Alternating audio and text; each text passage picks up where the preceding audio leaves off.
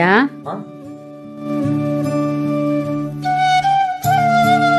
நான் பிச்சை கேட்கல சாமி. அப்புறமா இந்த பக்கத்துல ஒரு ஆதரவற்றூர்ல இருக்குல்லையா?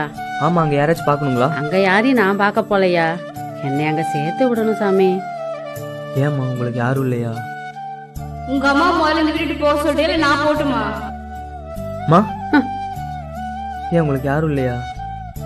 நான் ஒரு அனாதையா, யாரும் இல்லையா.